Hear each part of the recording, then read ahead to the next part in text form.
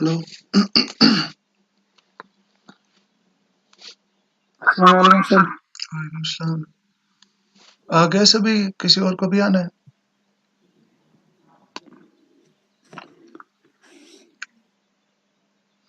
चलिए कोई नहीं, इसकी वैसे भी आपको फिर मैं इसकी यूट्यूब लिंक फिर फॉरवर्ड करूंगा, तो अगर किसी और कोई और भी अगर इसमें अस्सलाम वालेकुम सर। वालेकुम सलाम।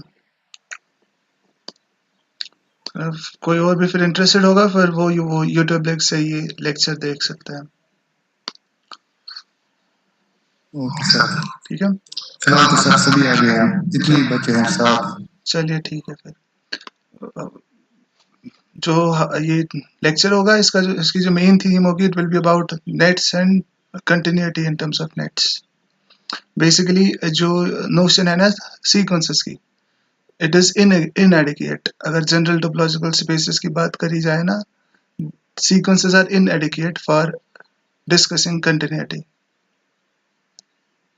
ठीक है ना?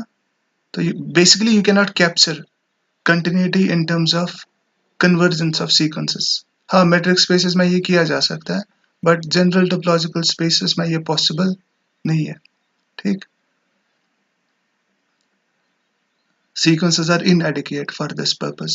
That is the reason we go to a more general object, जिसको हम नेट्स कहते हैं। ठीक, ये जो नेट है ना, basically it's actually generalised version of a sequence. ठीक है, तो मैं इसकी जो फॉर्मल डेफिनेशन है ना, हम उसी से स्टार्ट करते हैं। तो सबसे पहले जो आपको यहाँ पता होना चाहिए वो है कॉन्सेप्ट ऑफ प्री ऑर्डर। तब जाके इस नेट को आप समझ सकते हैं। तो पहले आप इसी को रिकॉर्ड करिए, प्री ऑर्डर।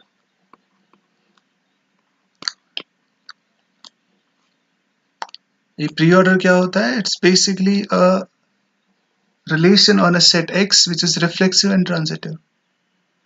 Okay, ये आप लिखिए, let X be a non-empty set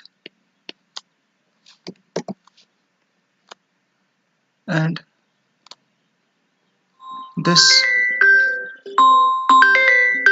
एक मिनट, हेलो, वालेकुम सलाम। ठीक, तो কেমন আছো? हाँ सर, बोलिए।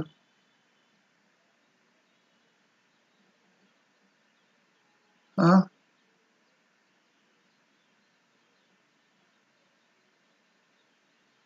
अच्छा, ठीक ठीक।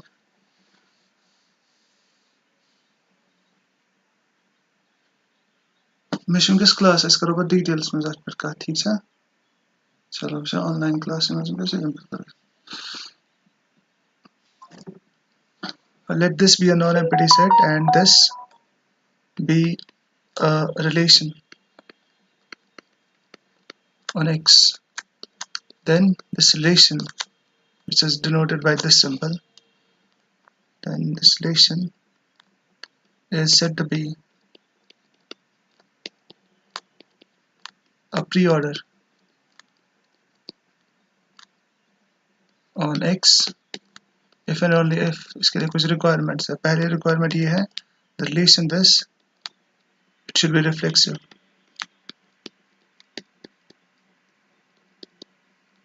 और जो दूसरी requirement है इसके लिए वो ये है कि it should be transitive।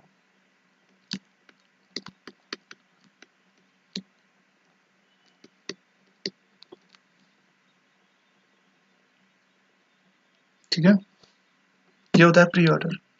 अब इसके कुछ एग्जांपल्स भी आप देख सकते हैं। For example, if you take x as n the set of natural numbers, and अगर आप रिलेशन की जगह लेते हैं, if you define this as less than or equal, then you can easily see that this relation on this n is reflexive and transitive, so therefore it's a pre-order। ठीक, इसी तरह से अगर आप ये लेते हैं, if you take suppose A is some non-empty set and if you take x as the power set of A, ठीक, then अगर आप रिलेशन इस तरह से डिफाइन करेंगे, we define relation as the reverse inclusion। अच्छा, नहीं लिखना चाहिए। अगर इस तरह से आप रिलेशन डिफाइन करते हैं, if you define this as reverse inclusion, then again you can easily see that this relation on this X is a pre-order because it's reflexive and transitive. Now for example, A is contained in A, है ना? It's ये सही है. So therefore, in our notation, it would mean A is related to A because this is how the relation is defined. In this case, the relation is reverse inclusion. Similarly, if A is related to B and oh sorry, I should not take A क्योंकि A इसके लिए है ना already A is the set whose power set is X. मुझे कुछ और लेना चाहिए था. Let's take A1.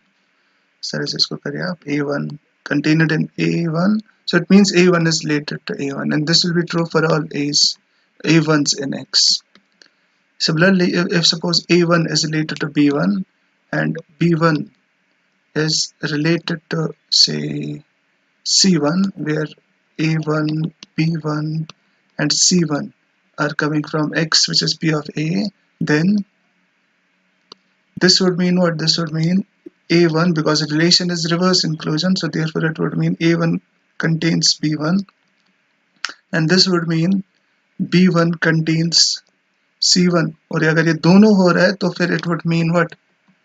A1 contains B1, B1 contains C1, so therefore इनकी consequence होगी that A1 contains C1 and that means A1 is related to C1. So that means it is transitive. A1 related to B1, B1 related to C1 implies A1 related to C1, so it's transitive. So X with this relation which is defined as reverse inclusion, rather I should say this relation is a pre-order on X. ठीक है? These are some examples of pre-order. In fact आप यहाँ अगर आप एक और यहाँ ये pre-order आप ले सकते हैं अगर आप ये relation ऐसे भी define करते हैं, if you define relation like the inclusion, अगर आप ऐसे करेंगे तब भी ये pre-order ही है. लेकिन मैं इसलिए ये use इसलिए कर रहा हूँ because this will be basically nets के लिए इस तरह का pre-order काफी important होने जा रहा है. तो वहाँ जो है ना basically this kind of pre-order will play a role. That is the reason मैंने पहले इसी को लिया. हालांकि आप ये inclusion भी ले सकते हैं और ये भी pre-order ही होगा. But as far as nets are concerned, this is more interesting to us. इसमें हमारे लिए कुछ ज़्यादा है तो इसलिए मैंने यहाँ ये लिया. So these are some examples of pre-order. इसके बाद आप एक और definition रिकॉर्ड करिए. Directed set.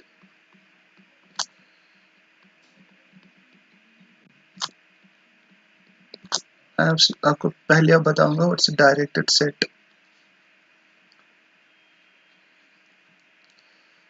Let D be a non-empty set and this be a pre-order on D. That means it's a relation on D satisfying reflexivity and transitivity. Then the pair D with this relation is called a directed set. We say it's a directed set if and only if. इसके लिए एक condition है. वो condition ये है. For each alpha beta in D, for each alpha beta in D, there exists or we can find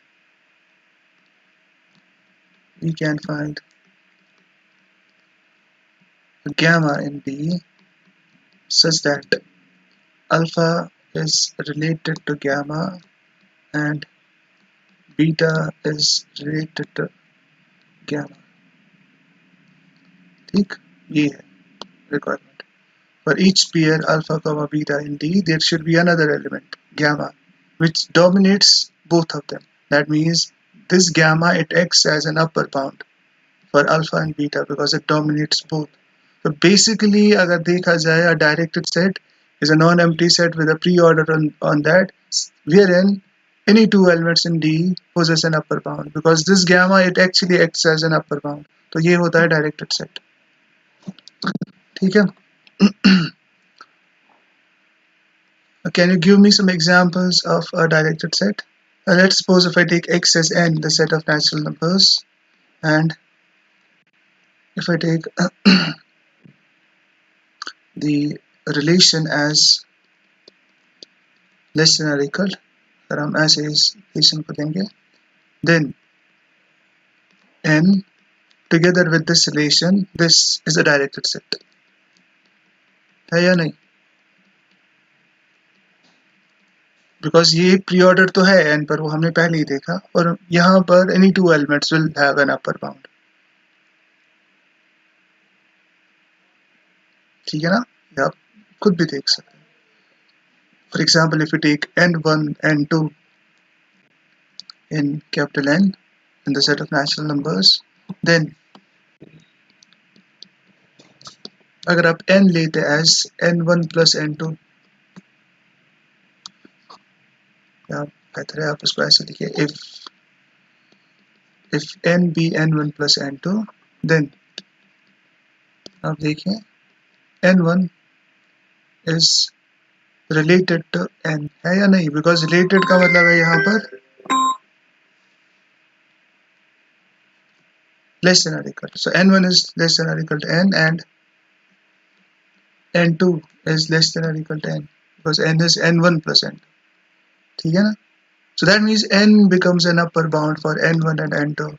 So given any two elements n1 and n2, there exists another element n which dominates both. So therefore it's a directed set. ठीक है. इसी तरह से वो जो ऊपर हमने एक और एग्जांपल ली थी ना, जहां हमने a लिया था नॉन एम्प्टी सेट, x लिया था हमने पावर सेट ऑफ a, और जो रिलेशन हमने ली थी वहां पर it was the reverse inclusion. If you take this x together with this relation, which is the reverse inclusion, this is actually this, because x is p of a and the relation is actually the reverse inclusion. This is also a directed set. Pre-order तो है ये, इस पर वो हमने पहले ही देखा. मैं आपसे कह रहा हूँ कि it's also a directed set. अब directed set ensure करने के लिए क्या चाहिए आपको?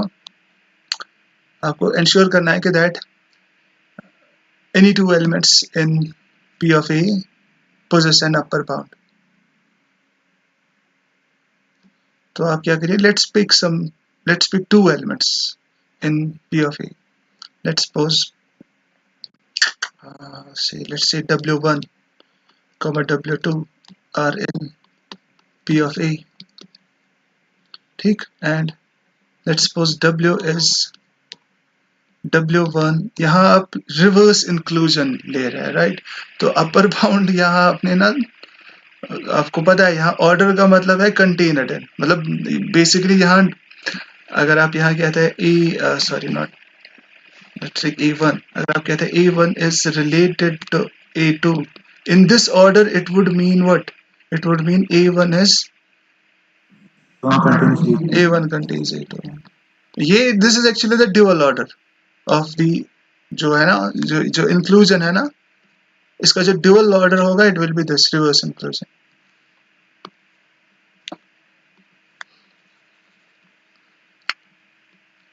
तो बेसिकली यहाँ एक्चुअली अगर आप यहाँ से देखेंगे ना, यहाँ ना थोड़ा सा उल्टा हो रहा है ये, अगर आप इसको देखेंगे यहाँ dominates का मतलब होता है it's actually is contained in, because the relation is reverse inclusion. Or pre-order is reverse inclusion. Now अगर आप ये करेंगे, if you take w as w1 intersected with w2, then w1 contains w and w2 contains w, है या नहीं? Because it's their intersection. And therefore in our relation it would mean what? That is w1 is related to w, and this would mean w2 is related to w, because in reverse inclusion is a relation. अब अगर इसे summarise करेंगे क्या देख रहे हैं, हमने दो एलिमेंट्स दिए थे W1 W2 and then we obtained another element W. ये W भी होगा in P of A by the way, because intersection of two subsets of A is a subset of A, so this also belongs to P of A. So for these two elements in P of A, we are able to find another element in P of A which dominates both in this relation, which is actually the reverse inclusion. So that means this is also a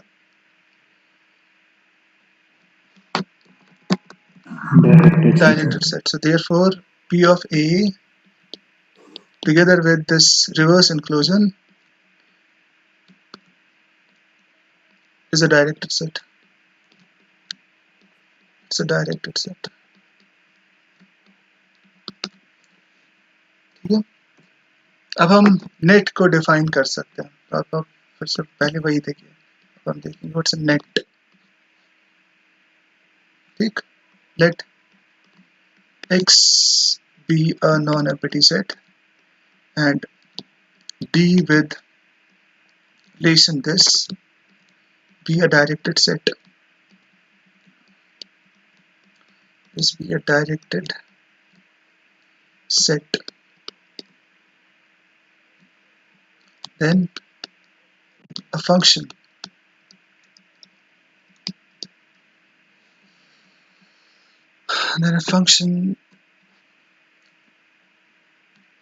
psi from D into X is called a net. So net is simply a function whose domain is a directed set. ठीक, अब ऊपर आपने देखा the set of natural numbers is also a directed set under this relation. So therefore every sequence is a net. है या नहीं? What's a sequence? Sequence is a function whose domain is the set of natural numbers. Set of natural numbers is a directed set. So that means sequence is also a function whose domain is a directed set. So therefore it becomes a net. Because by definition, a net is a function whose domain is a directed set. बस ये होना चाहिए. Domain has to be a directed set. पहली immediate observation जो हम यहाँ से देख सकते हैं वो ये है. Every sequence is a net.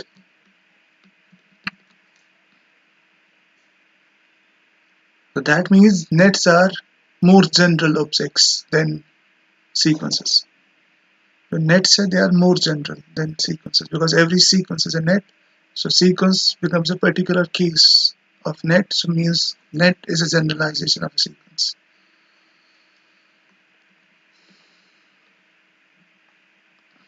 ठीक है, अब अभी तक हमने टोपोलॉजी का किसी भी जगह ना टोपोलॉजिकल स्पेसेस या टोपोलॉजिकल फ्रेमवर्क का किसी भी जगह कोई इस्तेमाल नहीं किया. अब हम पहले ना मैं आपको यहाँ ना एक चीज पहले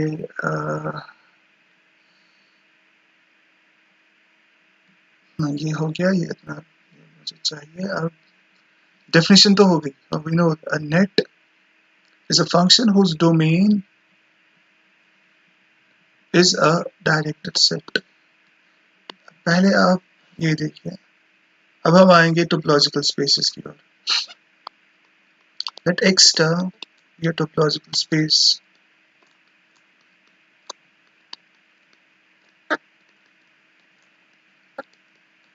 Let this be a topological space and X be a point in capital X. Full stop. If इसको भी आप as an example लिखेंगे. This is example of a directed set. Another example. In fact मैंने कुछ examples already आपको दी है. ये भी एक example होगी of a directed set.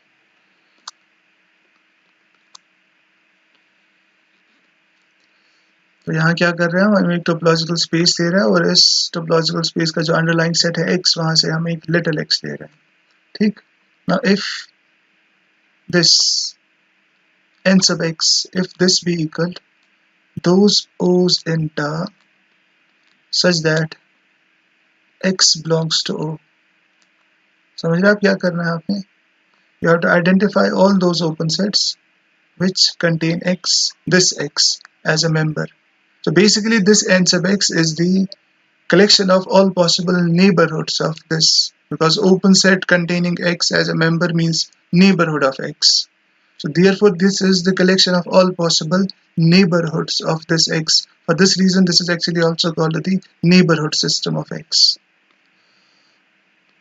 This actually अगर देखा जाए, this is the collection of all possible neighborhoods of the point x. ये नोटेशन भी ना, इसमें भी ये कुछ चीजें इलस्ट्रेट हो रही है. ये जो n आप यहाँ देख रहे हैं, this stands for neighborhoods, and x because this is system of, this is actually the neighborhood system of x because this is the collection of neighborhoods of x. तो x उस चीज को emphasize कर रहे हैं. Now if this be this, if n sub x be defined like this, then अगर आप इस n sub x को देखेंगे with the reverse inclusion, this is a directed set. Reflexivity transitivity होगी इसमें, so this will be a pre order on this. मैं आपको बस ये दिखाऊंगा कि इस प्री ऑर्डरिंग के तहत any two elements in n sub x possess an upper bound. ठीक है, तो वो कैसे करेंगे देखेंगे आप. Let's suppose w1 w2 are in this n sub x, तो फिर क्या होगा, then w1 w2 by definition, because n sub x क्या, it is those sets in tar जिनके अंदर x आता है. So w1 w2 will be in tar in the topology and x will be in w1 and ये दोनों में होगा and w2. ठीक, because ये n sub x से आ रहा है ये w1 w2. Stop. Now if w be equal to w1 intersected with w2, देखिए w1 w2 are open, intersection of two open sets is open. So therefore, because topology is closed under finite intersections, so therefore it would mean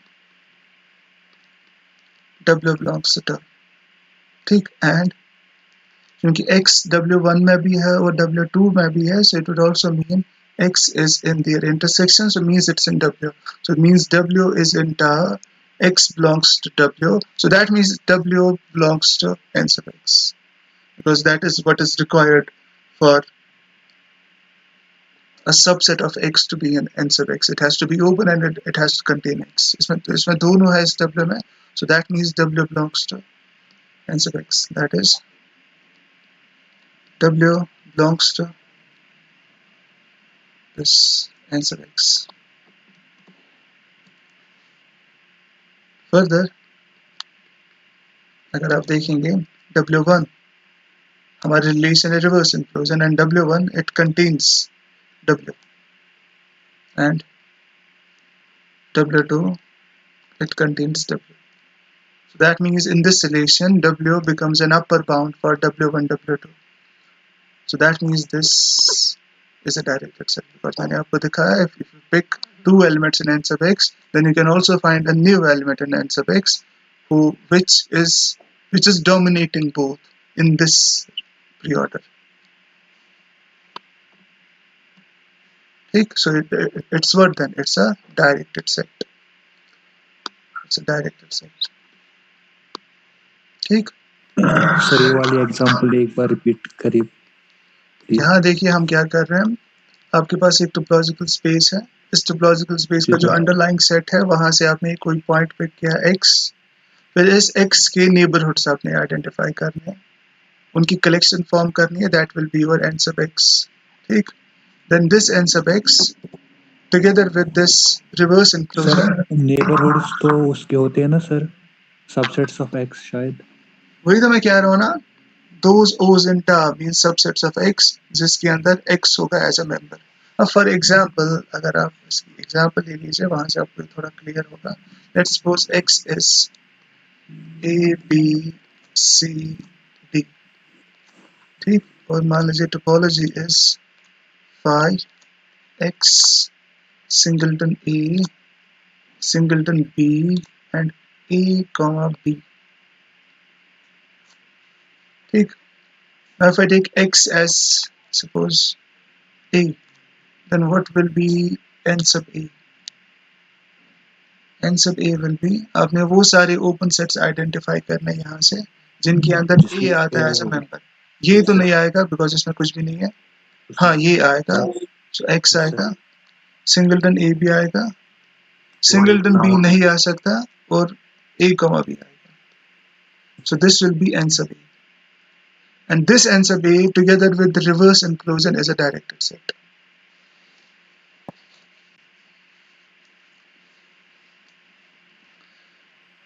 yes sir, ठीक है।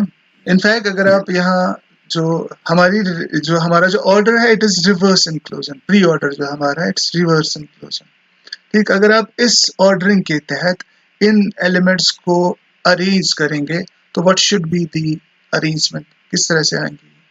सबसे छोटा क्या होगा इस ordering के तहत? दिस इज ये ए रिवर्स सर। नहीं, this is no reverse sir, inclusion. तो सबसे छोटा सॉरी। होगा x, यस सर, देन फिर आएगा A comma B, a comma b, and then finally A. Single, है ना। यहाँ एक डायरेक्शन, कोई भी दो एलिमेंट्स पिक करिए, उनके बाद एक एलिमेंट है, so therefore it becomes an upper bound. जैसे इन इन दो का अपर बाउंड सिंगलटन ए है। अगर आप इसे और इसे लेते हैं, देन दी अपर बाउंड बिकम्स सिंगलटन ए, और चूंकि ये सिंगलटन ए पर ही स्टॉप हो रहा है, तो इसके बाद जो भी दो आप पिक करेंगे वो सिंगलटन ए ही होगा, और अपर बाउंड भी सिंगलटन ए ही होगा। So that means basically any two elements in this arrangement possess an upper bound. So it's a directed set together with reverse inclusion. This ends up A with this reverse inclusion is a directed set. ये और ये मैं आपसे कह रहा हूँ, ये मतलब it's true in general.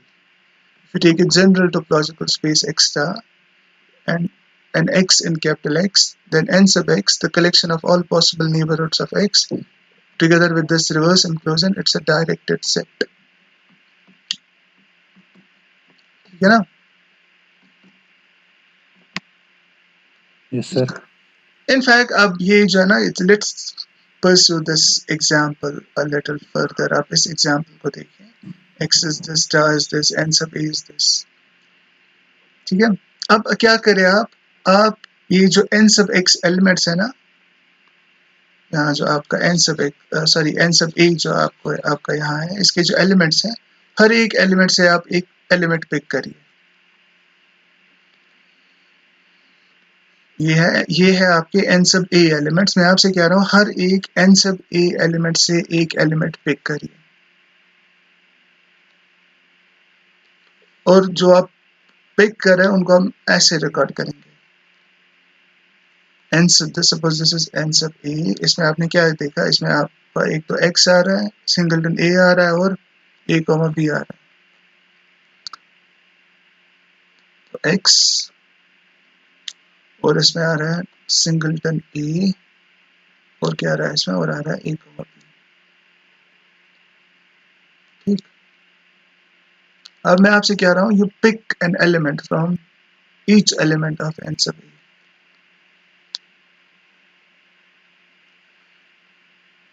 अब जब आप एलिमेंट्स पिक करेंगे from each element of n sub a, elements of n sub a are basically subsets of x, so those elements will be elements of x। तो यहाँ से हम ये x लेंगे, because the element जो हम यहाँ से पिक करेंगे वो basically सब elements of x होंगे। को मैं यहाँ से रिकॉर्ड कर रहा हूँ a b c d। अब यहाँ जब आप x पर आएंगे ना, अपने x से कोई एलिमेंट पिक करना है, यहाँ तो आपके पास फ्रीडम है, बिकॉज x में कितने एलिमेंट्स है, 4। आप 4 में से एसेंशियली कोई भी पिक कर सकते हैं। Let's suppose we pick b from x, उसको मैं ऐसे रिकॉर्ड करेंगे, ठीक। इसके बाद यहाँ आइए a कॉमा b में भी आपके पास दो पॉसिबिलिटीज है, आप a पिक कर सकते हैं, आप b पिक कर सकते हैं। Let's suppose we pick again B from this, इसको हम ऐसे रिकॉर्ड करेंगे। अब यहाँ आइए, अब सिंगलटन ए में बस आपके पास एक ही पॉसिबिलिटी है। अगर आपने यहाँ से एलिमेंट पिक करना, इट हैज टू बी ए, ठीक। तो यहाँ मजबूर है, तो हमें हमें यहाँ से ये ए ही आएगा, ठीक। और इसको हम ऐसे रिकॉर्ड करेंगे कि हम ए पिक कर रहे हैं। अब अगर आप यहाँ देखेंगे, you are actually obtaining a function, है या नहीं? अगर आप इस पिक्चर को Yes, देखेंगे, sir. You have a function. ये कहाँ से कहाँ जाता है? N of A to X. What is n of a? It's a directed Sir, set it's with reverse directed. inclusion. So this is a Yes, function sir. whose domain is a directed set. So that means it's a Net. net. So actually मैं आपको एक तरीका बता रहा हूँ of creating nets. आपने क्या करना है, आप यहाँ जो अगर आपने ये आइडेंटिफाई किया होगा ना तरीका क्या है, तो you should be able to tell me this. कैसे हमने क्या किया हमने बेसिकली यहाँ पर? सर पहले हमने ये सबसेट्स लिए X के। हमने बेसिकली n सब a के हर एक एलिमेंट से एक एक एलिमेंट पिक किया। ऐसा करने से we got a net. Yes sir. ठीक है ना? और ये जो तरीका है ना, ये आप इन जनरल किसी भी टोपोलॉजिकल स्पेस में कर सकते हैं। सो this is actually the way of creating nets in a topological space. Usually हम टोपोलॉजिकल स्पेस में ऐसी नेट्स को क्रिएट करते हैं। यूजुअली मैं कह रहा हूँ, मतलब ज्यादातर सिचुएशंस में हम नेट्स को ऐसे ही क्रिएट करते हैं। वी कंसिडर नेबरहुड सिस्टम, और फिर उस नेबरहुड सिस्टम के जो एलिमेंट्स है, हर एक एलिमेंट से एक एक एलिमेंट पिक करते हैं। In this way we get a net. We get a net whose codomain is X. ठीक है? This is true in general. तो इसको आप लिखिए। आप चाहे तो इसको एज अ थियरम भी रिकॉर्ड कर सकते हैं आप।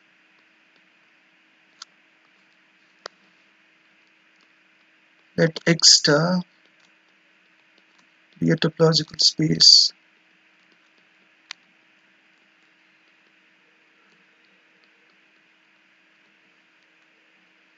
comma, little x be a point in capital X, and n sub x be equal those O's in tar such that X belongs to O.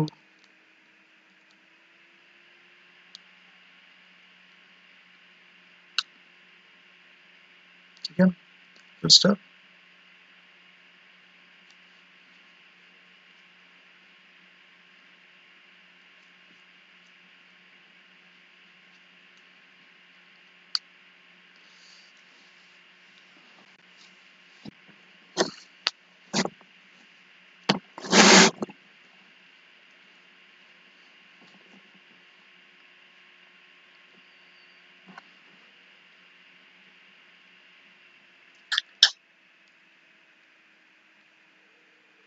If for each, ये थोड़ी सी unusual notation है, but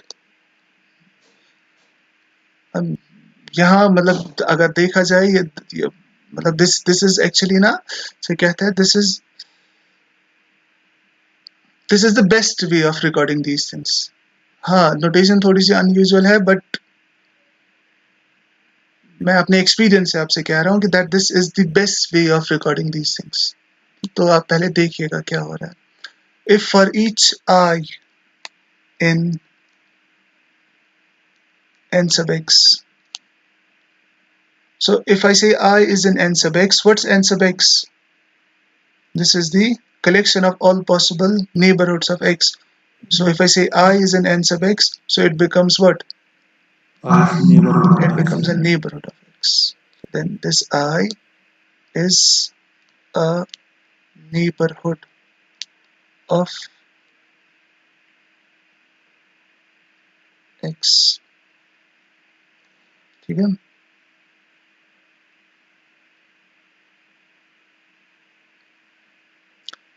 अब देखिए हम क्या करेंगे। If for each I in n sub x, we pick x sub I in I. ये करना है। आपने ध्यान में रखना है I is a neighborhood of x. So that means what?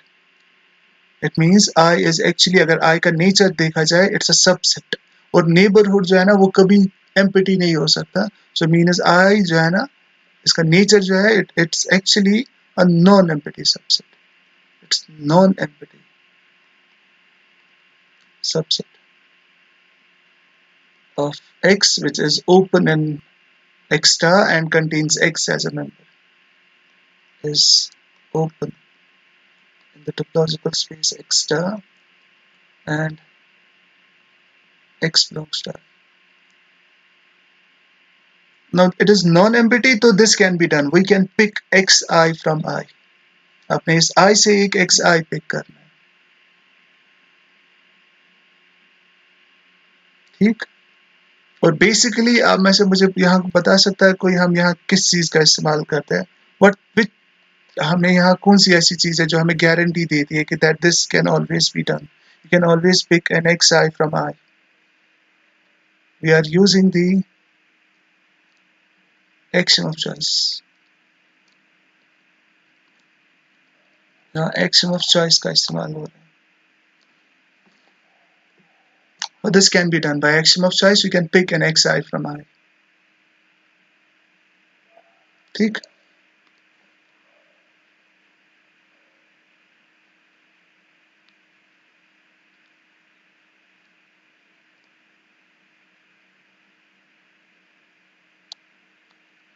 अगर हम ऐसा करते हैं, if for each I in n sub x we pick Xi in I,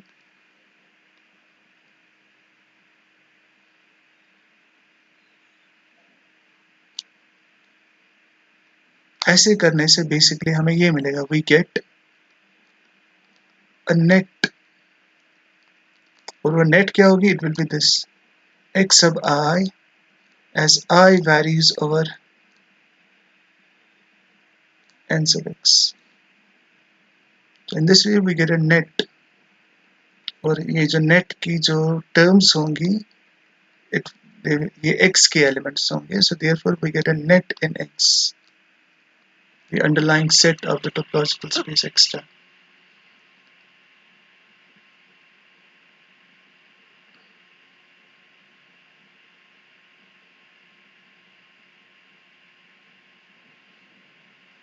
फिर मैं इसको एज ए थियरम रिकॉर्ड कर रहा हूँ, तो आप यहाँ इसको ऐसे लिखिएगा,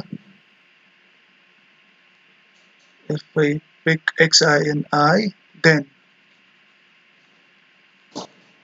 इसको ऐसे लिखेंगे, then this Xi I in n sub x is a net in X. ठीक है, यही चीज मैंने आपको यहाँ करके बताई थी in using this example. यहाँ जो हमने किया था ना, यही मैं आपको बता रहा हूँ, this is true in general also. In general आप ये कर सकते हैं, if you pick Yes, Xi sir. from each I in n sub x, you'll get a net. ठीक है. Yes, sir. अब इसके बाद आप एक और चीज रिकॉर्ड करिए, कन्वर्जेंस ऑफ नेट्स. कन्वर्जेंस के लिए हमें एक फ्रेमवर्क चाहिए. डेफिनेशन ऑफ नेट के लिए टोपोलॉजिकल स्पेस की फ्रेमवर्क की जरूरत नहीं है, लेकिन कन्वर्जेंस के लिए we require a framework. Accordingly आप देखेंगे, I'll employ a topological space in this definition. Convergence of और हम इसको ऐसे डिफाइन करेंगे so that it is consistent with the convergence of sequences, because we know that every sequence is also a net. ये जो convergence हम define करेंगे ना for nets, हम इसको ऐसे डिफाइन करेंगे so that it is consistent with the notion of convergence for sequences. Now you will find some similarities. Let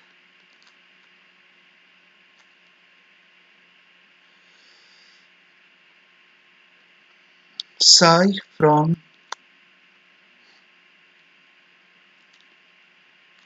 directed set D with this relation into topological space X star. अब देखिए, codomain से यहाँ मैं अब topological space ले रहा हूँ. यहाँ डोमेन से तो आपको डायरेक्टेड सेट लेना ही लेना है अगर आप नेट चाहते हैं, लेकिन कोडोमेन में as far as definition of net is concern, topology की कोई जरूरत, मतलब topology is not a necessity. as far as definition is concerned. हाँ, अगर आप convergence में interested है, then there should be a topology. तो वही मैं यहाँ कर रहा हूँ. Let psi from this to this be a net. ठीक, full stop. We say this net psi, it converges in topological space X star if and only if we can find a point X in capital X such that for each O in tau with X in O, there exists a gamma in D such that psi at beta, this will be in O whenever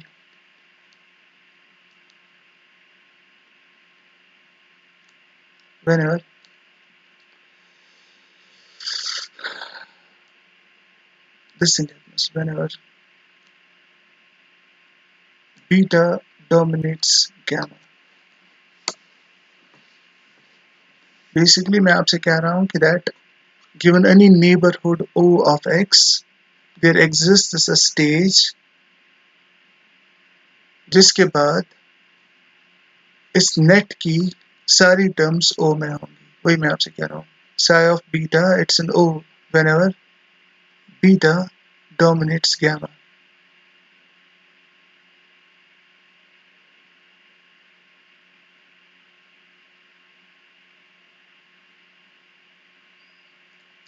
ठीक है. और अगर आप देखेंगे this is consistent with the convergence of a sequence, क्योंकि वहां भी कुछ ऐसा ही होता है. एक स्टेज के बाद all the terms of the sequence, अगर आपकी सीक्वेंस कन्वर्ज करती है ना to some point O, then for each neighbourhood, sorry, अगर आपकी सीक्वेंस कन्वर्ज करती है to some point X, then for each neighbourhood O of that X, there exists a stage after which Yes, the sir. sequence Excellent. enters Nice. and remains in O. यहाँ भी वही हो रहा है. Yes. Psi of beta जो है ना, it's an O, means जो ये net terms है, they are entering O and they are remaining in O, because this is true whenever beta dominates gamma, means gamma onward जो भी terms होंगी इस net में वो सारी O में है. And this should be true for each neighborhood of X. अगर ऐसा है, then we say the net, it converges in X star. तो कन्वर्जेंस के लिए असल में रिक्वायरमेंट ये है, first you should be able to find a point, और उस पॉइंट के लिए फिर ये होना चाहिए. So this is what we mean by convergence of a net. ठीक है. अब जो अभी हमने वो नेट क्रिएट करी थी ना, हम इसको एज अ थियरम देखेंगे. ये काफी इंपॉर्टेंट है as far as the concept of nets in topological spaces is concerned. This is very very important. तो इसे आप एज अ थियरम लिखिए. Let X star be a topological space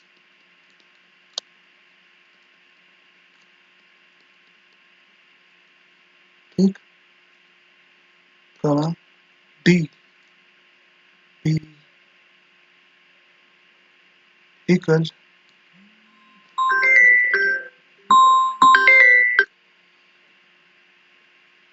n sub x, where x is some point in X. This is a topological space. D be this, n sub x, where x is some point in X, means it's D is actually the neighborhood system of X, and the relation, this be defined as the reverse enclosure. ठीक, full stop. If for each I in D, now D in this case is n sub x, तो ये वही हो रहा है जो ऊपर हमने किया था. I in D means I is in n sub x. If for each I in D, we pick x sub I in I. आपने I से एक एलिमेंट पिक करना है और इस एलिमेंट का नाम आप रखेंगे x sub I. I इसलिए बिकॉज ये I से आ रहा है, x sub I के नीचे अब ये सबस्क्रिप्ट में जो I देख रहे हैं ना, ये बस इस चीज को एम्फसाइज कर रहा है कि ये एलिमेंट असल में हम I से पिक कर रहे हैं, where I is a neighborhood of x. ये थोड़ी सी अनयूजुअल नोटेशन है, मतलब विदाउट कॉन्टेक्स्ट अगर आप सर ये इसे जो आई हम सेट ले रहे हैं ना, ये हाँ आर्बिट्री है ना? हाँ ये आपने करना है ना फॉर ईच आई, तो मैं खुद वही यहीं से यस सर, आपसे कह रहा हूँ. आर्बिट्री ले रहे हैं आप एक्स की सर. हाँ दिस इज आर्बिट्री, और basically you have to do this for each i in D. आपने डी के हर एक आई से एक एक यस सर, एलिमेंट पिक करना है. Yes sir. मैं आपसे ये कह रहा था, अगर आप इसको देखेंगे ना विदाउट कॉन्टेक्स्ट, ये जिसको मैंने यहाँ पर एनक्लोज किया है in yes sir. This makes no sense अगर आप इसको विदाउट कॉन्टेक्स्ट देखेंगे. X I is an I, ये थोड़ा सा ये लगता है कि पता नहीं ये शायद कोई गलत चीज है. नहीं, अगर आप इसको इस कॉन्टेक्स्ट में देखेंगे that I here is coming from D and D is an yes सब सर. एक्स, तो आप समझेंगे नहीं I is a neighbourhood, it's a subset. तो यहाँ से ये चीज करी जा सकती है.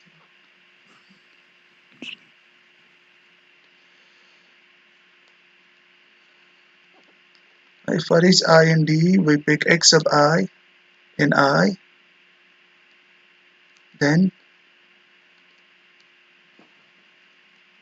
this I varies over D, this is a net in X, and this net it converges. Converging, आप guess कर सकते हैं कि कहाँ converge करेगी. It will converge to x this plus. X, जो हमने ये neighborhood system के लिए X लिया है ना, it will converge to this X. It's a net in X converging to little x in the topological space X star. इस topological space में ये इस X को converge करेगी. ये मैं आपको दिखाऊंगा कैसे. तो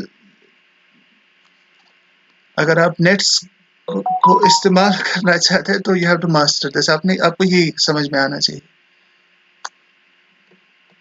टॉपोलॉजिकल स्पेस में यूजुअली हम नेट्स को ना ऐसे ही क्रिएट करते हैं, और इस तरह की नेट्स में ये हमेशा होता है. अगर आप इस तरह से नेट क्रिएट करते हैं ना, it always converges to x, जो आपने ये नेबरहुड सिस्टम के लिए जो जिस एक्स का आप नेबरहुड सिस्टम ले रहे हैं ना, the net will converge to that x. Yes sir. It's a net, उसमें तो हम नहीं जाएंगे. दिस इज क्रिस्टल क्लियर, ये आप क्लियरली देख सकते हैं कि it's a net in x. मैं उसमें नहीं जाऊंगा. Clearly x I varies over D, this is a net in X. ठीक, मैं आपको दिखाऊंगा दिस नेट, जो हम ये जिसकी यहाँ बात हो रही है, इट कन्वर्जेस टू X, और कन्वर्जेंस मीन्स दिस. आपने ये इंश्योर करना है. हमें पता है ना what it means for a yes net sir. To converge to X. तो ये होना चाहिए फॉर ईच O in टा with X in O there should be a gamma in D, जिसके लिए ये होगा. ठीक है, मैं आपको दिखाऊंगा कि ये होगा नीचे कि कैसे. Clearly this is a net in X, full stop. Now if O in टा be such that X belongs to O, then this O belongs to n sub X. क्या ये चीज सही है? O is open, yes X sir. belongs to O, so therefore it's a neighborhood of X, so therefore it must be in n sub X. और यहाँ हम n sub X को कैसे denote कर रहे हैं? We are using D for D n से sub X. So that means directly O sir. belongs to D. N sub X is D, so that means O belongs to D. And O belongs to this, and therefore अगर ये D में है, so you must be able to find an element in D which is equal to O. मैं वही लिखूंगा. And therefore we can find a gamma in D such that O is equal to gamma. ठीक है ये? We can find a gamma in D.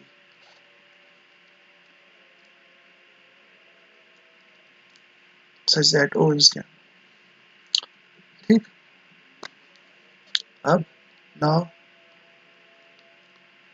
for each beta in D with beta dominating gamma. ठीक, तो beta जो हम ये यहाँ ले रहे हैं ना डी में, अब इसमें यही कंडीशन है कि दैट बीटा डोमिनेट्स गैमा. अब डोमिनेट्स का मतलब क्या है? यहाँ पर जो रिलेशन है यहाँ पर, it is the reverse inclusion. ठीक, सो बीटा डोमिनेट्स गैमा, इसका मतलब क्या होगा? Gamma contains beta, sir. Means gamma contains beta. Gamma contains Beta.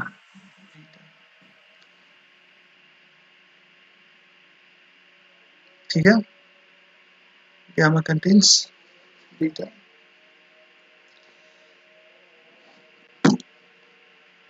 या इसको ऐसे भी लिखा जा सकता है, beta is contained in gamma. एक ही बात है ना ये. What is gamma? Gamma is O. Yes, sir.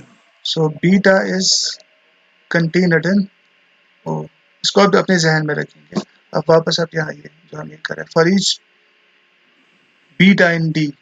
अब सबसे पहले इसे देखिए, एक्स सब बीटा को देखिए. मैं आपसे कह रहा हूं कि that it is coming from beta. क्या ये बात सही है? इसका रीजन ये है, x i comes from i, तो x beta will come from beta. मैं यहाँ लिख Yes, रहा sir. हूँ. ठीक, अब बीटा के लिए क्या देख रहे हैं आप? इट इज, क्या देख रहे हैं यहाँ पर? Beta is contained in gamma and gamma is O. So beta is contained in O. So that is, क्या देख रहे हैं आप? That is x sub beta, it belongs to O. लेकिन कब? बीटा पर क्या कंडीशन है? It's in D and it dominates gamma. तो इसको मैं यहाँ कॉपी करूंगा, इसी वैलिडेटिंग कंडीशन को. That is x sub beta belongs to O whenever beta belongs to D and beta dominates gamma. अब इसे आप समराइज करिए. आप देखिए मैं बेसिकली आपको क्या दिखा रहा हूँ.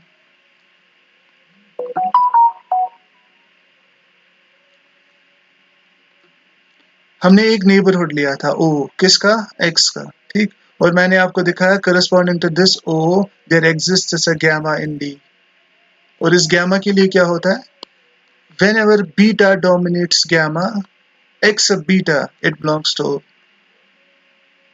तो कहने का मतलब ये है कि गैमा के बाद, गैमा स्टेज के बाद जो ये नेट है ऊपर वाली, ये net x I in D, इसकी सारी ये टर्म्स O O में में, contain करेगी. इसकी सारी टर्म्स O में. लेकिन कब? गैमा स्टेज के बाद. गैमा के बाद इसकी सारी टर्म्स कहाँ पर है? O में. So that means what? यही तो है ना कन्वर्जेंस क्राइटेरिया. आप देखिए, Yes, sir. Yes, sir. so this means convergence.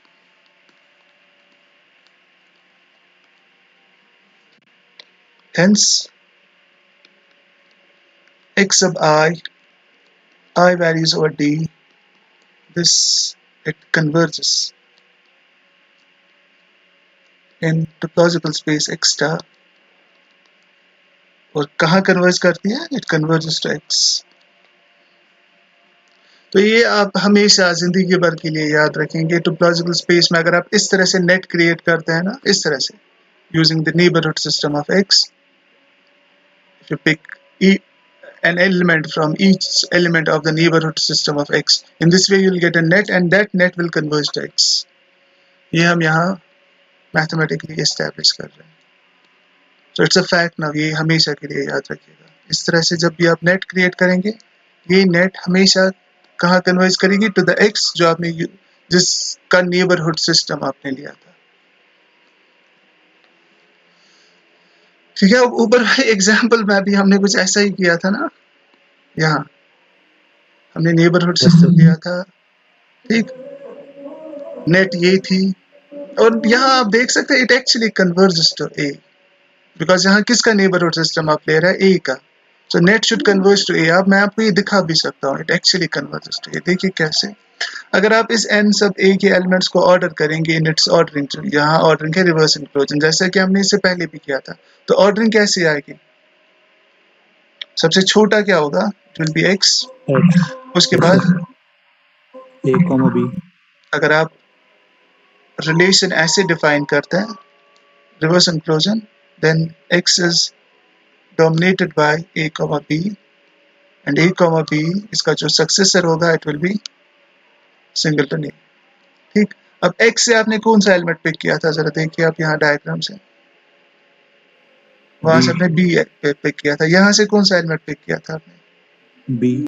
B, और यहाँ से ए। ए। देखिए यहाँ से आप तो ए ही आगे मिल आगे सकता आगे है। जैसे आप जा रहे हैं ना, पहले आपको बी मिला, फिर बी, फिर लास्ट में क्या मिल रहा है, ए। और यहाँ पर आपका फुल स्टॉप हो रहा है, तो यस सर, कहाँ इसका मतलब कन्वर्ज कर रहे हैं, ये कन्वर्स ए पे होता है कन्वर्ज सर। स्टेट। तो यही असल में होता है इन जनरल, मतलब ये जनरल टोपोलॉजिकल स्पेसेस के लिए भी ट्रू है, और ये चीज मैंने आपको यहाँ ये थियरम में दिखाई, ठीक है। Yes sir. अब एक और चीज आप देखिए, let's suppose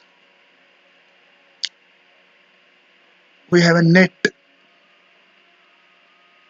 psi from D directed set with direction relation this into topological space x1 tau 1, and suppose we have a function f from topological space x1 tau 1, मतलब this topological space जो इस net का codomain है, into some topological space x2 tau 2।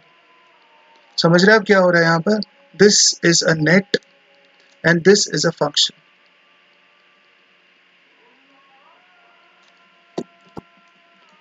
ठीक है। अब चाहे तो यहाँ डायग्राम भी बना सकते हैं, उससे थोड़ी सी क्लैरिटी मिलेगी आपको कि क्या हो रहा है। Suppose this is D, suppose this is x1 tau 1, और ये मान लीजिए this is x2, this is D, D is a directed set, और इसकी जो डायरेक्शन रिलेशन है वो ये है, इसका जो प्री ऑर्डर है वो ये है। x1 is a topological space with topology tau 1, actually x is a set and it has topology tau 1, इसी तरह से x2 एक सेट है और इस पर एक टोपोलॉजी है tau 2, ठीक।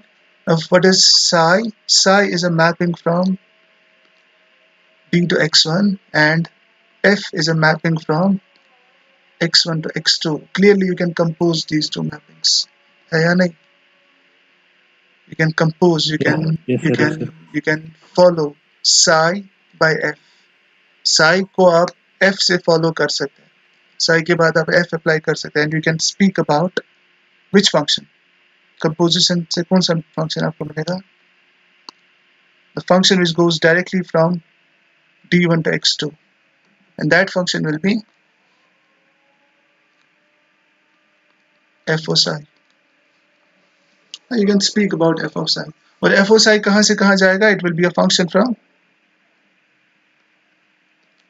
d with direction relation this, और ये कहाँ जाएगा, codomain will be x2 tau 2. What is this, it's a directed set, ठीक। So that means this becomes a function whose domain is a directed set. So what is this then, net. it's a net, so this is a net, ठीक। Basically अगर आप देखेंगे psi is also a net, psi जो है ना it's also a net, fo psi is also a net, and what is the relationship between psi and fo psi, आप में से मुझे कोई बता सकता है, what is the relationship between this net and this net,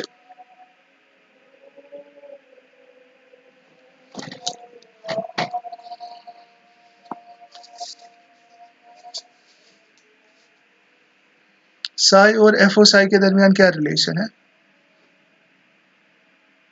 F O Sai जो है it is the F image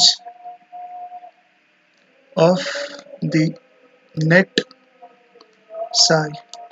तो एक्चुअल में जो हम यहाँ से सीखते हैं ना वो ये है कि एफ इमेज, अगर आप किसी नेट पर नेट की अगर आप नेट की किसी अगर आप किसी नेट की हर एक टर्म पर कोई फंक्शन अप्लाई करते हैं you get a new net.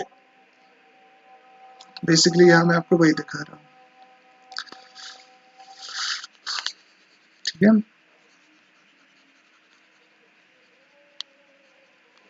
अगर आपके पास कोई नेट है और अगर आप उस नेट की हर एक टर्म पर कोई फंक्शन अप्लाई कर रहे हैं विच इज एप्लीकेबल, ये एप्लीकेबल जैसे यहाँ this net it takes values in x1, f is applicable to x1 points, so you can speak about f o psi। ये मेरा मतलब है जब जब मैं आपसे कहता हूँ if it is applicable, in this case it's applicable। और अगर it is अगर आप ऐसा कर सकते हैं then you again get a net। ऐसा करने से आपको एक और नेट मिलती है। तो यहाँ जो नेट आपको मिलेगी वो असल में ये हो, इनिशियली आपके पास ये नेट थी psi of i where i varies over d, ठीक। अब यहाँ एक और नेट आपको मिल रही है f o psi at i where i varies over d। फर्क क्या है इस नेट में और इस नेट में? This net takes values in x1 whereas this takes values in f of x1. takes values in x2, because f takes x1 to x2, so this is a net in this, ये जो है it's a net in x1 whereas this is a net in x2। so net को एक जगह से दूसरी जगह transport किया जा सकता है यूजिंग अ ट्रांसफॉर्मेशन और यूजिंग अ फंक्शन, ठीक है, ये कर सकते हैं आप। अब एक क्वेश्चन है, ये आप देखिए, अब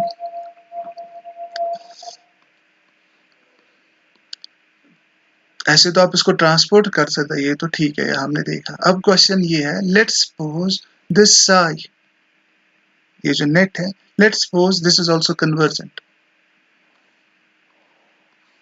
समझ रहे हैं मेरी बात?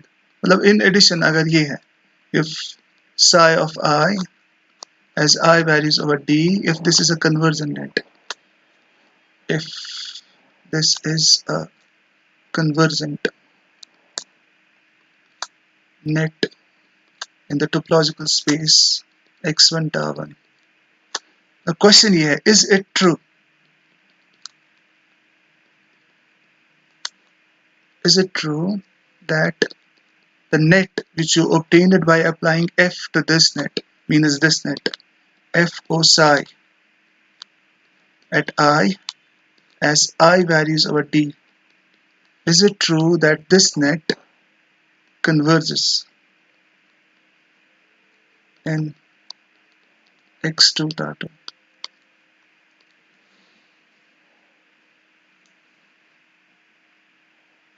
Obviously, in general, the answer to this question is, क्या होना चाहिए इसका आंसर?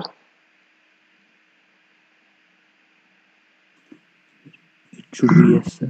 नहीं, Both also. it is no.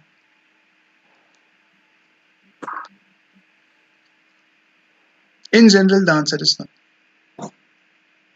It's not necessary that this net will be convergent. The image of a convergent net under a function need not be convergent. हाँ, if you assume or if you impose certain conditions on f, then this is true.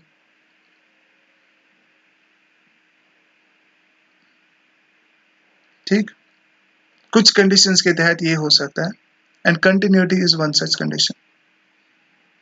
If f is continuous, then it takes convergent nets to convergent nets, मतलब basically it preserves convergence of nets, and conversely इसमें ये भी है। In fact, आप ये theorem आप record करिए, I have a theorem,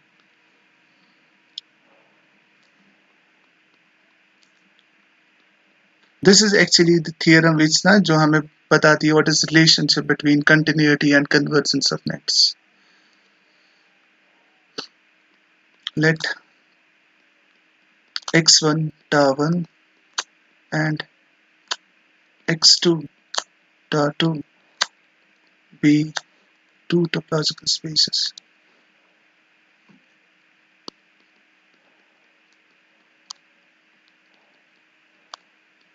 Let this and this be two topological spaces, and f be a function from x1, the underlying set of this topological space, and x2. Full stop. If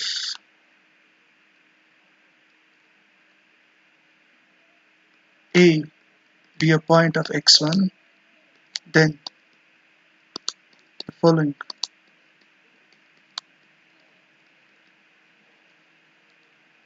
are equivalent. Then the following statements are equivalent.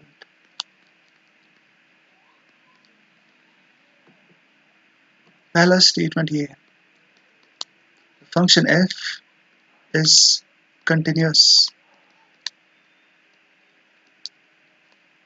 at a, at this point a. This is first statement. Second statement is this: for each net x sub I varies over some directed set d. ये आपने आप याद रखना है कि whenever I write, जब भी मैं इस तरह की चीज लिखूंगा ना, अगर मैं इसको net कह रहा हूँ तो आपको समझना है कि this d has to be a directed set, because this actually follows from the definition. So whenever I write I in d is a net, आपने समझना है d has to be a directed set. Statement second is this: for each net I in d converging to a,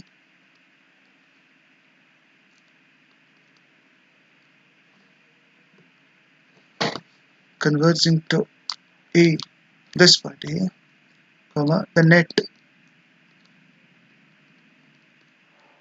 converging to a मुझे लिखना चाहिए यहाँ, ये convergence कहाँ होगी, ये किस topological space में होगी? यहाँ दो topological spaces हैं, x1 tar1 and x2 tar2. a किसका point है? ये x1 का point है, तो ये convergence कहाँ होगी? It will be in converging to a in x1 tar1, the net this fxi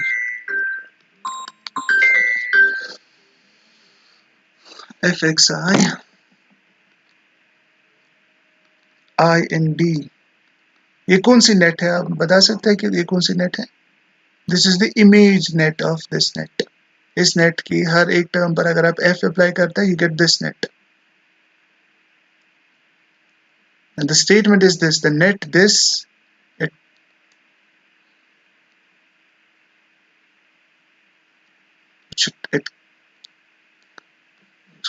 इसका मैं grammar देख रहा हूँ. For each net this, the net this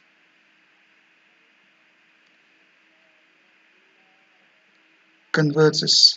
हम इसको as a statement लिख रहे हैं तो मुझे ऐसे लिखना चाहिए. It converges to f of a in x2 dot. These two statements are equivalent.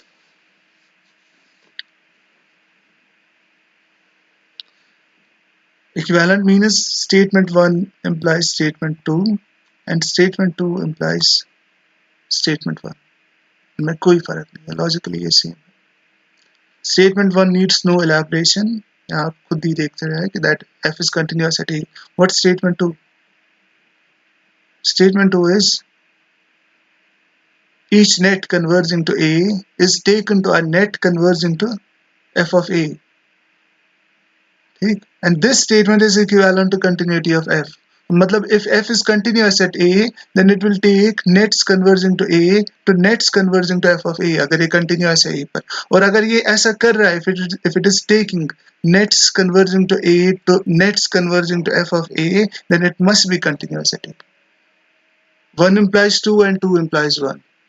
Continuity implies convergent nets to A will be taken to convergent nets converging to f of A, and if every converging net converging to A is taken to a convergent net converging to f of A, then f must be continuous at A. This is the relation. Let's prove this. By the way, आपको ये पता है what's continuity of a function at a point?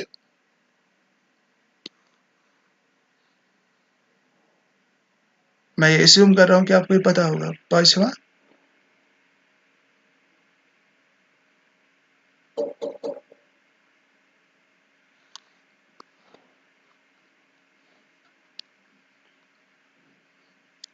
उसको पहले लिखिए, फिर क्या करेंगे. अगर आपको ये पता ही नहीं है तो फिर इसको क्या करेंगे. Yes. पता है आपको ये? अगर पता है तो फिर मैं चलिए I'll just recapitulate it, तो फिर आप अगर इससे थोड़ा सा आपको याद आएगा ये कंटिन्यूटी. इसका लिमिटेड होना चाहिए. अरे नहीं, ये टोपोलॉजिकल स्पेसेस है, यहाँ लिमिट्स कहाँ एग्जिस्ट होती है. Continuity at a point.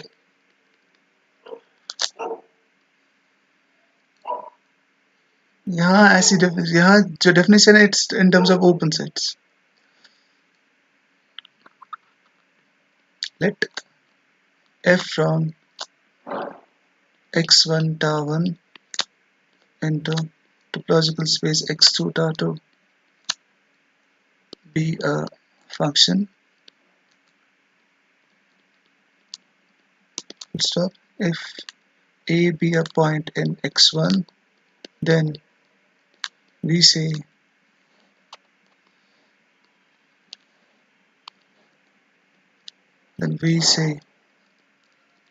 this function f is continuous at this point a, if and only if. इसकी जो रिक्वायरमेंट है वो ये है, for each neighborhood v of f of a in the topological space. ये v किसका neighbourhood है? f of a का नेबरहुड है. तो ये कहाँ होगा? ये किस टोपोलॉजिकल स्पेस में होगा? in topological space x2 tau2. Yes, sir. For each neighborhood v of f of a in x2 tau2, there exists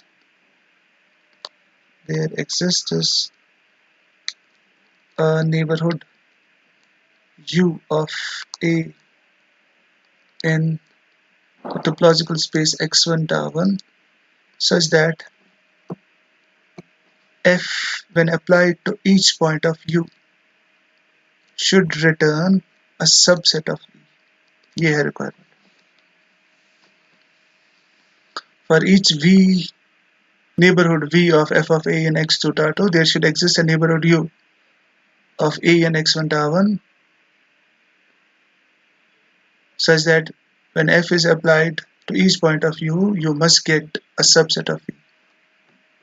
So pictorially आप ऐसे देख सकते हैं. Let's suppose this is x1 और यहाँ से मान लीजिए this is x2. This is x1, this is x2, and let's suppose this is a. ठीक, अब रिक्वायरमेंट ये है. The first place अगर a यहाँ है तो f of a यहाँ होगा, because f is a function from x1 to x2. f of a यहाँ होगा. रिक्वायरमेंट अब ये है, for each neighborhood v, मतलब if you take a neighborhood v of f of a, अगर आप इस f of a का कोई नेबरहुड लेते हैं v, इस नेबरहुड के करस्पॉन्डिंग यहाँ एक नेबरहुड होना चाहिए u of a. तो इस v के करस्पॉन्डिंग यहाँ पर एक नेबरहुड होना चाहिए u, such that इस u में क्या प्रॉपर्टी होनी चाहिए? If you apply f to each point of u, you must get a subset of v. That means this f, it takes u and maps it into v. It takes u and maps it into v. इसको इस v के अंदर ले जाते हैं, subset of v. और ये होना चाहिए for each neighbourhood v of f of a in x2 dot. This is what we mean by continuity of a function at a point. ठीक है, अब मुझे दिखाना है these two statements are equivalent. तो इसका तरीका ये है, हम पहले assume करेंगे 1 और दिखाएंगे कि second is true, and then we'll assume second और दिखाएंगे कि 1 is true. ठीक है, proof.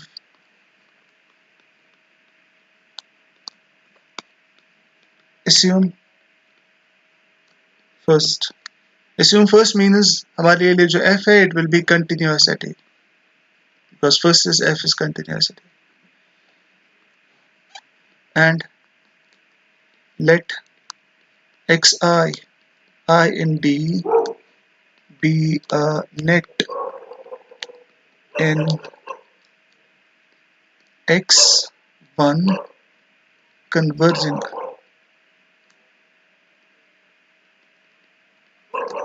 to a. और ये जो convergence है it's actually with respect to topology ta, converging to a in the topological space x1 ta. It's a net in x1 means इसकी जो points है they are x1 points and these points are converging to a with respect to this topology ta.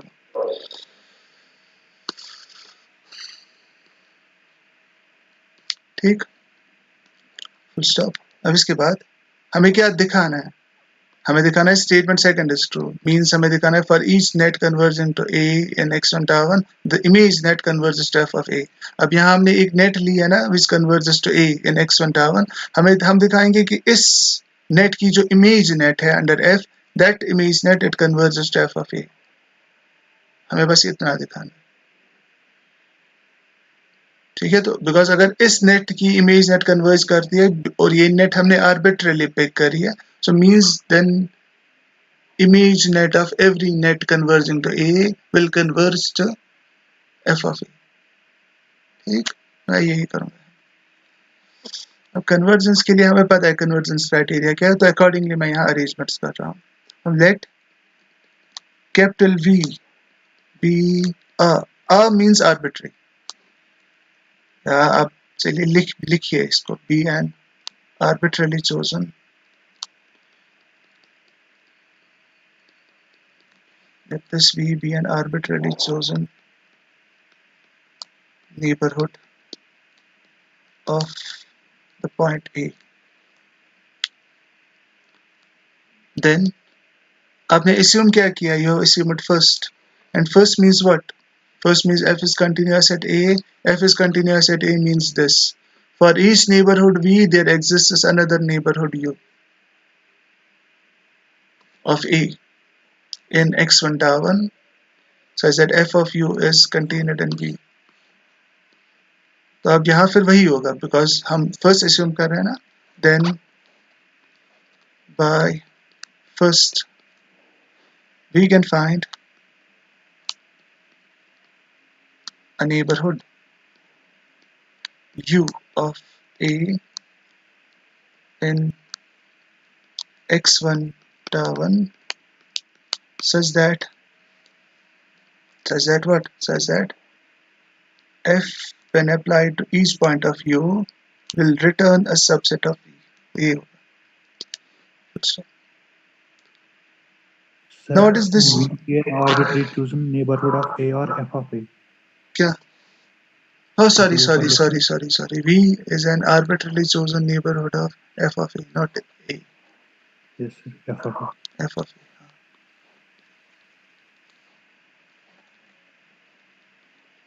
It has to be f of A. Let V be an arbitrarily chosen neighborhood of f of A, then by our assumption we can find a neighborhood U of A in x1 tau1 such that this and this. ठीक, अब आप इसका इस्तेमाल करिए, ये जो net आपने ली है ना, आप इसके बारे में क्या अस्यूम कर रहे हैं, आप इसके बारे में अस्यूम कर रहे हैं कि that it converges to A. What's U? U is a neighborhood of A. So by definition of convergence क्या होगा? Since xi I in D, this converges to A in x1 tau1 and U is a neighborhood of A, it follows एक stage के बाद ये जो net terms है ये इस U में एंटर करनी चाहिए और ये फिर इसमें रहनी चाहिए. They enter and they remain in U after a stage. ये होगा because it's a neighborhood of A and the net is convergent to A. It follows we can find a gamma in D, a gamma in D such that x sub I, this will be in U whenever gamma is dominated by beta. gamma is dominated by what? Beta. नहीं यहाँ beta का हम I ले रहे हैं so gamma is dominated by Yes, sir.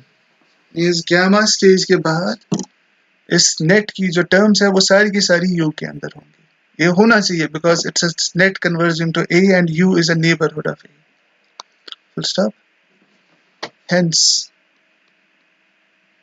अब ऊपर आपने क्या कहा है, आपने कहा कि f when applied to each point of U returns a subset of V. अब यहाँ आप कह रहे हैं कि these are points of U. So if you apply f to this आपको क्या मिलेगा? f when applied to each point of U gives a subset of V, right? अब यहाँ क्या देख रहे हैं आप? xi is a point of U. So what will be f at xi? It will be a point of V because f of U is a subset of V. मैं वही लिखूंगा. Hence f of xi it belongs to V. इसका reason ये है. और ये कब होगा? इसकी वैलिडेटिंग कंडीशन ये है. ये आप यहाँ से ऑब्टेन कर रहे हैं तो इसकी भी वैलिडेटिंग कंडीशन यही होगी. तो यहाँ भी मैं वही लिखूंगा. Whenever I it dominates gamma. अब इस पूरे डिस्कशन को आप समराइज करिए. देखिए मैं आपको क्या दिखा रहा हूँ. हमने क्या किया था? हमने V लिया था. What was V? Sorry, neighborhood. It's a neighborhood, an arbitrarily chosen neighborhood of f of A. और इस V के corresponding we were able to find a gamma in D such that gamma onward जो image net है उसकी सारी terms V के अंदर होगी. These are terms of image net. और ये कहाँ होंगी? In V. कब होंगी in V? Whenever I dominates gamma, that means gamma onward जो इमेज नेट है उसकी सारी टर्म्स V में है. और यही तो है ना convergence criteria. Means what? Yes, sir. Thus the image net fxi I in D it converges. कहाँ कन्वर्ज करती है ये? कन्वर्जेस तो V किसका नेबरहुड है? F of A. f of A. Basically मैं आपसे कह रहा हूँ कि ये जो इमेज नेट है इसकी terms and they enter and they remain in every neighbourhood of after a stage these the terms of this image net they enter and they remain in every neighborhood of f of A, means the image net is convergent to f of A. Thus this converges to f of A in the topological space x2 tau 2. ठीक. And this is statement 2. Statement 2 तो यही है. Whenever xi, I and D is a net in x1 converging to A in x1 tau 1, the image net converges to f of A in x2 tau 2. यही है ना statement 2. Yes, sir. So first implies second. Therefore, statement first, it implies statement second. ठीक है? अब हम दिखाएंगे second implies first.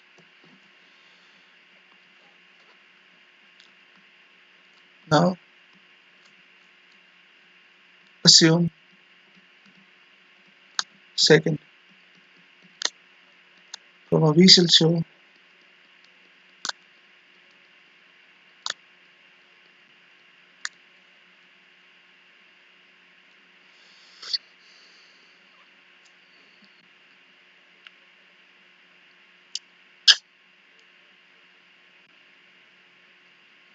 f is continuous. हम ये दिखाएंगे f is continuous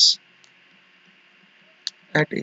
f is continuous at a is the statement first. So means essentially मैं आपसे कह रहा हूँ by assuming second we can prove statement first. ये shall मैं 2 बार लिख रहा हूँ. We shall show f is continuous at a. और ये हम करेंगे by the method of contradiction. If possible, suppose f fails to be continuous at a.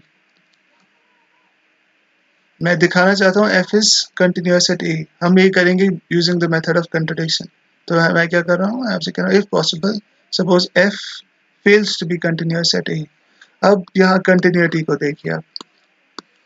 This is definition of continuity. Continuity होने का मतलब क्या होता है?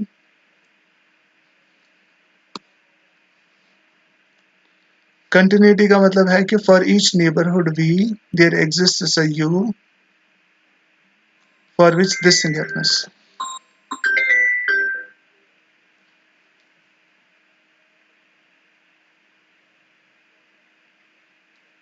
ठीक है ना, ये होता है होती है कंटिन्यूटी. और नॉट कंटिन्यूटी का मतलब क्या होगा? अगर कंटिन्यूअस है तो फिर ये होगा, और अगर कंटिन्यूअस नहीं है तो फिर क्या होगा? f of u not contained in v. नहीं, आप पूरा देखिए ना इसे. कंटिन्यूअस होने का मतलब ये है for each neighbourhood v of f of a there exists a u. For every neighborhood here there exists a neighborhood there. For every neighborhood in the codomain space there exists a neighborhood in the domain space. ये होती है continuity जिसके लिए ये होगा. हम वहां लेकिन एज्यूम क्या कर रहे हैं? हम एज्यूम कर रहे हैं अभी f is not continuous at a, मतलब f fails to be continuous at a. तो मतलब ये नहीं होगा इसके लिए अब. और ये नहीं होने का मतलब क्या है वो मुझे बताइए.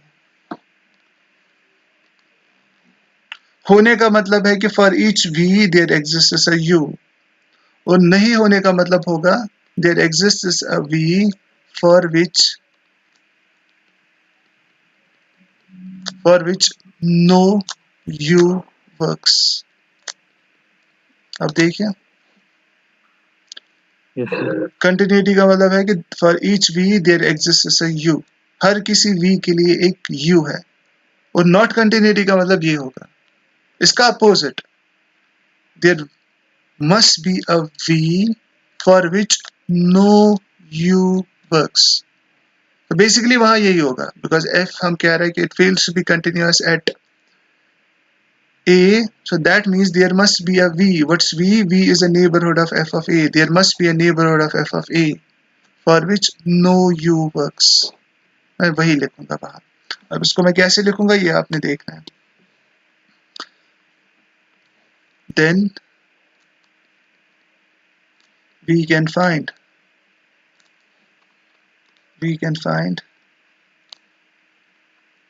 a v, or rather इसको ऐसे लिखिए, we can find a neighborhood v of f of a in the topological space x2 tar2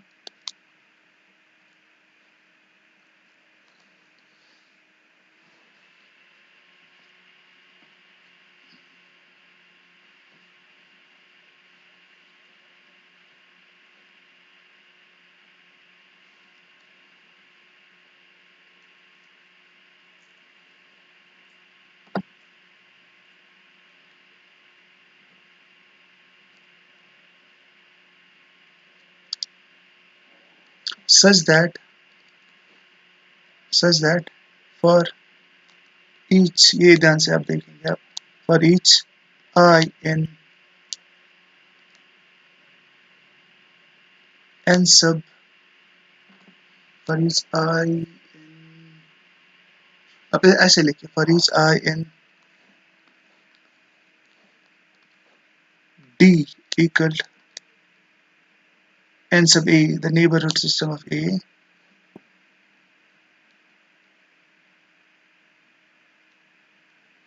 there exists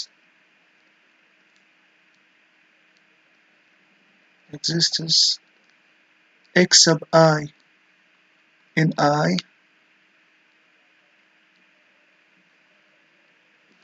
in line लिखिए इसको, मतलब ये नीचे नहीं लिखिए, वही ऊपर ही लिखिए, there exists x sub I in I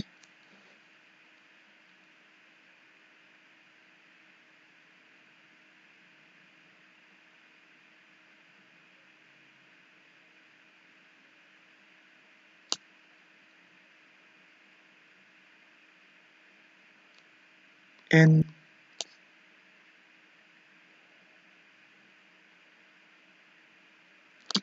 सही नहीं हो रहा है, आप ऐसे कि such that f at x sub I, this won't be in I, this won't be in V,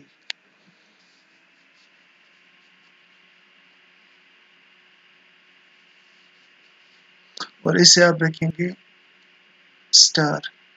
ये आप देखिए, क्या आप इसको समझ सकते हैं कैसे?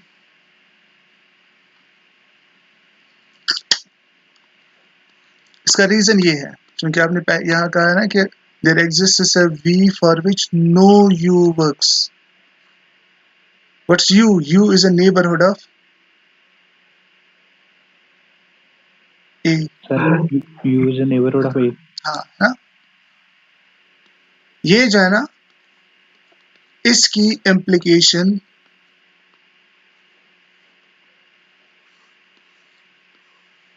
ये है जो मैं यहाँ लिख रहा हूँ, there exists a V for which no U works means this. इससे आप अग्री करते हैं? देखिए कैसे आता है ये आपने देखा है। ये I कहाँ से आ रहा है? ये D से आ रहा है, and what is D? This is n of n sub A, means I is what then? अगर I D से आ रहा है, it means I is a neighborhood of A. A. So I can take U as I, because वहाँ जो आप देख रहे हैं ना, what's U there? It's a neighborhood of A. I is a neighborhood of A, so I can take U as I. अब वहाँ ये भी कह रहा है कि आप वहाँ क्या कह रहा है? आप कह रहे हैं कि no U works. So if no U works, so means this U, ये जो आप यहाँ ले रहे हैं I, U as I, ये भी काम नहीं करेगा। अब काम नहीं करने का मतलब क्या होगा? पहले आप देखिए काम करने का मतलब क्या होता है।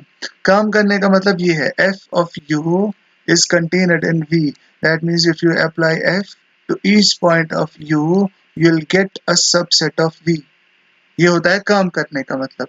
और काम ना करने का मतलब क्या होगा?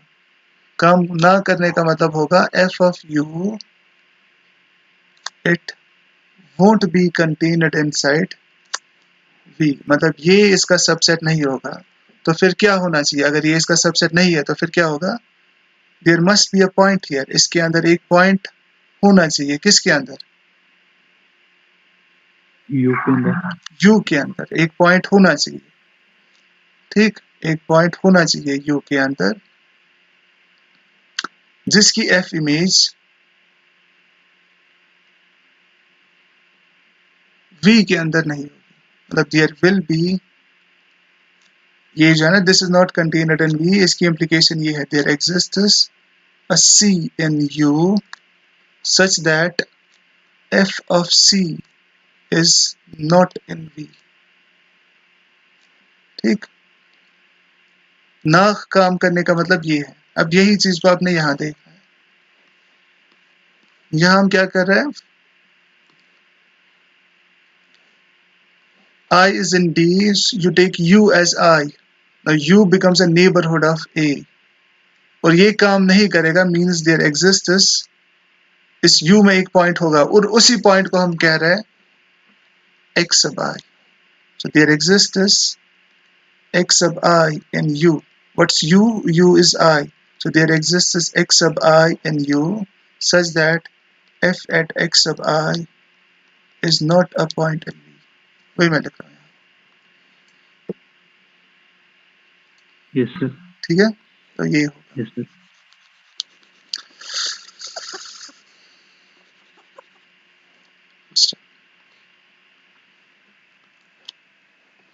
In this way,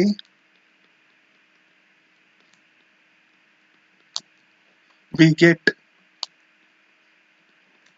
a net x sub I in D। क्या ये सही है? ये बेसिकली वही नेट है जिसको मैंने ऊपर आपको दिखाया था, दैट इट कन्वर्जेस टू। अब यहाँ क्या कर रहे हैं, आप कर रहे हैं for each I in n sub A you are taking x sub I in I। ऐसा करने से जो नेट मिलती है ये कहाँ कन्वर्ज होती है, ये ऊपर हमने देखा ना अभी, इससे f पहले of A, नहीं। यहाँ देखिए, अब मैं इस थियरम की बात कर रहा हूँ, ये जो थियरम मैंने आपको दिखाई थी।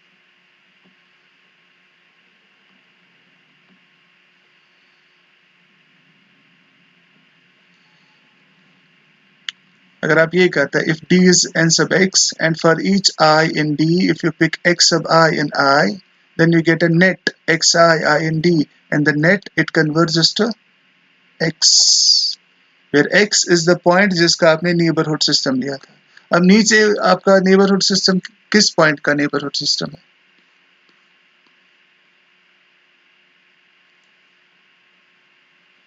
This is n sub A, A का neighborhood system sir, ये A का नेबरहुड सिस्टम है, तो ये जो नेट आपको यहाँ ऐसे मिलेगी ये कहाँ कन्वर्ज करेगी, sir फिर A पे it converge will करेगी, converge to A। In this way we get a net x sub I in D converging to A, converging to A। और किस टोपोलॉजिकल स्पेस में ये कन्वर्ज करेगी, तो A in x1 term. f for tau, ठीक, अब आपकी assumption देखिए, आप एज्यूम क्या कर रहे हैं यहाँ पर, वी आर एज्यूमिंग सेकंड। ठीक, second pertains to what,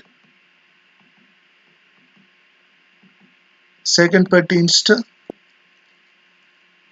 nets converging to A in x1 term. नीचे अभी आपने देखा हमारे पास अब एक नेट आ रही है which converges to A in x1 term. So second को अगर आप अप्लाई करेंगे तो क्या मिलेगा आपको, because this is our assumption, ये हम यूज कर सकते हैं। इसे देखिए, मुझे बताइए क्या मिलेगा आपको।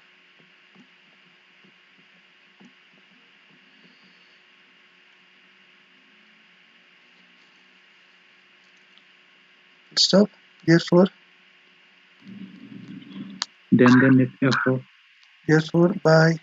by our assumption, yes sir, the image net means f of xi, I values over D, D, yes sir, it must converge to, converges to f it of A, must converge to f of A sir, f of A in किस topological space में converge करनी चाहिए, x to tau 2, x to tau 2। Stop. या यहाँ comma करिए, comma which contradicts star।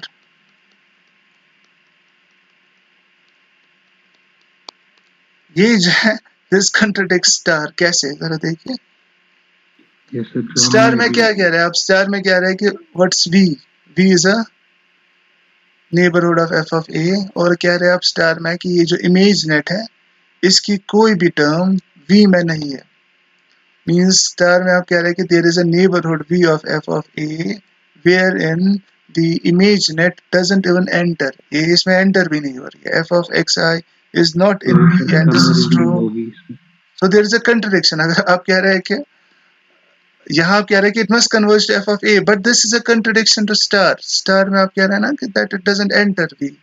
अगर ये converge कर रही है ना to f of a, then it must enter this V. But V में आप कह रहे हैं कि इट डजंट, सॉरी, स्टार में आप कह रहे हैं कि it doesn't enter V. So it's a contradiction which contradicts star. ये कंट्रडिक्शन पता है क्यों आई? Because of this, because V assume this. So if you assume f fails to be continuous at a, you'll get a contradiction. So contradiction means that f has to be continuous at a. Continuity, yes. Thus, our assumption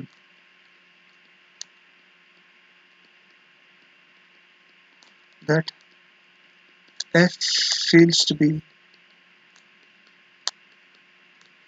continuous at a must not be true.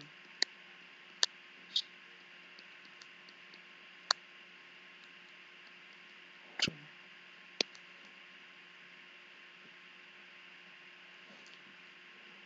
Therefore, f must be, then it's not our assumption नहीं, it's our supposition. ठीक करिएगा. Thus our supposition.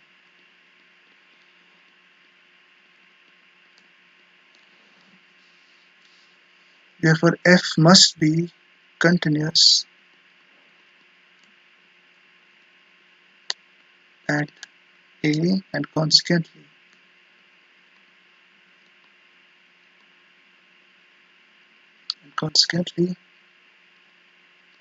statement second implies statement first. पहले हमने देखा 1 implies 2, और अब हम देख रहे हैं कि second implies 2, that means they are equivalent.